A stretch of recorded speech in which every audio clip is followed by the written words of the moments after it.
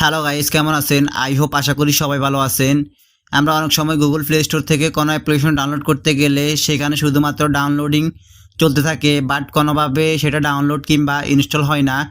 এবং অনেক সময় দেখা যায় শুধুমাত্র সেখানে পেন্ডিং লেখাটি চলে আসে, সেক্ষেত্রে কোনো প্রকার ডাউনলোড কিংবা ইনস্টল হয় না। তো গাইস, আজকের ভিডিওতে আমি আপনাদেরকে দেখিয়ে দিব কী কারণে এই সমস্যাটি হয় এবং এর সমাধান কীভাবে করবেন। আজকের ভিডিওতে আমি সম্পূর্ণ প্রসেসটি আপনাদেরকে দেখিয়ে দিচ্ছি। সো আপনারা ধৈর্য সহকারে সম্পূর্ণ ভিডিওটি কন্টিনিউ করবেন, তাহলে খুব সহজে বুঝতে পারবেন। তো গাইস, আমরা ফার্স্ট অফ অল চলে যাবো আমরা আমাদের মোবাইলের প্লে স্টোর অ্যাপ্লিকেশনটিতে বা গুগল প্লে স্টোর অ্যাপ্লিকেশনটিতে যাওয়ার পর আপনারা দেখতে পারতেছেন উপরে কর্নারে একটি আইকন, ফটো আইকন, বা অনেকের ক্ষেত্রে সেখানে থ্রি ডট আইকন থাকবে। সো যাদের ফটো আইকন কিংবা থ্রি ডট আইকন থাকবে আপনারা ওই আইকনটির উপর ক্লিক করবেন। দ্যাটস ওয়াই ক্লিক করার পর আপনারা দেখতে পারতেছেন এখানে সেটিংস নামে একটি অপশন। সো আপনারা সেটিংস অপশনটির উপর ক্লিক করবেন। অ্যান্ড দেন ক্লিক করার পর তো আপনারা দেখতে পারতেছেন এখানে নেটওয়ার্ক নামে একটি অপশন। আপনারা এই অপশনটির উপর ক্লিক করবেন। দ্যাটস ওয়াই ক্লিক করার পর ফার্স্ট অফ অল একটি অপশন দেখবেন অ্যাপ ডাউনলোডস। আপনারা এই অ্যাপ্লিকেশনটির উপর ক্লিক করবেন বা অপশনটির উপর ক্লিক করবেন। ক্লিক করার পর অনেক সময় আপনাদের দেখা যাবে এখানে ওভার ওয়াইফাই অনলি এই অপশনটির উপর সিলেক্ট করা থাকবে। সো সেক্ষেত্রে আপনারা যখন শুধুমাত্র ওয়াইফাইয়ের সাথে কানেক্ট থাকবেন তখন আপনাদের অ্যাপ ইনস্টল করতে পারবেন। আর যদি আপনারা ডাটা কানেকশন চালু রেখে অ্যাপ্লিকেশন ডাউনলোড করতে চান তখন আপনাদের অ্যাপ্লিকেশনটি ডাউনলোডিং কিংবা পেন্ডিং দেখাবে, সেক্ষেত্রে আপনাদের অ্যাপ্লিকেশনটি ডাউনলোড হবে না। সো আপনারা অবশ্যই এটাকে ওভার এনি নেটওয়ার্কের উপর ক্লিক করে দিবেন। তো আমি ওভার এনি নেটওয়ার্কের উপর ক্লিক করে দিচ্ছি, দেন হচ্ছে এখান থেকে ডান করে দিচ্ছি। যদি আপনাদের এই প্রসেসটি ফলো করার পর যদি কাজ না হয় তাহলে আপনারা সেক্ষেত্রে কী করবেন, আপনারা এখানে একটু ব্যাগে যাবেন। ব্যাগে যাওয়ার পর আপনারা পুনরায় আবার থ্রি ডট বা ফটো আইকনের উপর ক্লিক করবেন। দ্যাটস ওয়াই ক্লিক করার পর আপনারা দেখতে পাচ্ছেন এখানে ম্যানেজ অ্যাপ অ্যান্ড ডিভাইস নামে একটি অপশন। সো আপনারা ম্যানেজ অ্যাপস অ্যান্ড ডিভাইসের উপর ক্লিক করবেন।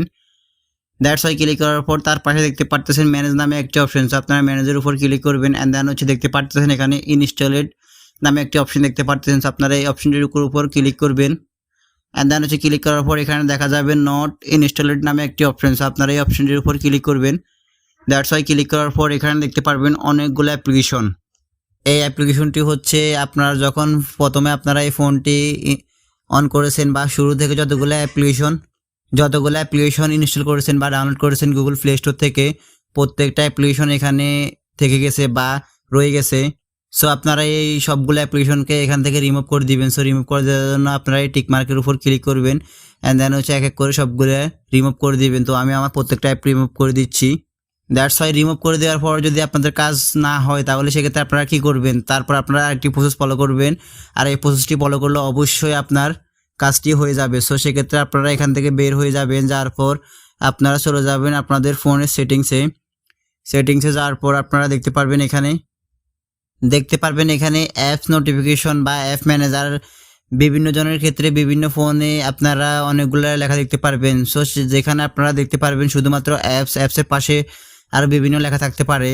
সো আমার এখানে লেখা আছে অ্যাপস অ্যান্ড নোটিফিকেশন। আমি অপশনটির উপর ক্লিক করব। দ্যাটস ওয়াই ক্লিক করার পর আপনারা দেখতে পারতেছেন উপরে অ্যাপ্লিকেশনগুলো শো করতেছে। সো এখানে সি অল অ্যাপসের উপর ক্লিক করে দিবেন। দ্যাটস ওয়াই ক্লিক করে দেওয়ার পর এখান থেকে আপনাদের খুঁজে বের করে নিতে হবে গুগল প্লে স্টোর। তো আমি গুগল প্লে স্টোরটি খুঁজে নিচ্ছি।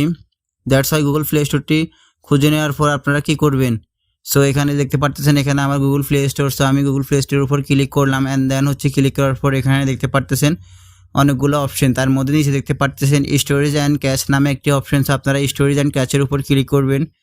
দ্যাটস ওয়াই ক্লিক করার পর আপনারা দেখতে পারবেন এখানে ক্লিয়ার স্টোরেজ অ্যান্ড হচ্ছে ক্লিয়ার ক্যাশ। সো আপনারা first of all clear cash করে দিবেন। দ্যাটস ওয়াই ক্লিয়ার ক্যাশ করে দেওয়ার পর আপনারা এখান থেকে সরাসরি ক্লিয়ার স্টোরেজের উপর ক্লিক করে আপনারা সরাসরি ওকে করে দিবেন। দ্যাটস ওয়াই করে দেওয়ার পর এখান থেকে আপনারা আবার নতুন করে আপনাদের গুগল প্লে স্টোরকে আপনারা জিমেল পাসওয়ার্ড দিয়ে লগ ইন করে নেবেন। দ্যাটস ওয়াই লগ ইন করে নেওয়ার পর আপনাদের কাজগুলো সম্পূর্ণ হয়ে যাবে বা আপনাদের এখন আগের মতো আপনাদের আবার অ্যাপ্লিকেশনগুলো ইনস্টল হবে। আর যদি এই প্রসেসগুলোতে না হয় তাহলে আপনারা সেক্ষেত্রে কী করবেন, আপনারা আপনাদের ফোন মেমোরি খালি করে রাখবেন বা ইন্টারনাল স্টোরেজ যেটা আছে সেটাকে আপনাদের অবশ্যই খালি করে নিতে হবে বা স্পেস বাড়িয়ে নিতে হবে, তাহলে কিন্তু আপনাদের এই সমস্যাটুকু সমাধান হয়ে যাবে। তো গাইস, এই ছিল আজকের মতো আমার ভিডিও। যদি আমার ভিডিওটা থেকে একটু উপকৃত হন বা ভালো লেগে থাকে তাহলে অবশ্যই আমার ভিডিওতে একটা লাইক দিয়ে যাবেন। আর অবশ্যই আমার চ্যানেলটাকে সাবস্ক্রাইব করে এবং আমার পেজটিকে ফলো দিয়ে পাশে থাকবেন। তো দেখা হচ্ছে নেক্সট ভিডিওতে। ততক্ষণ পর্যন্ত সবাই সুস্থ থাকবেন, ভালো থাকবেন। আল্লাহ হাফেজ।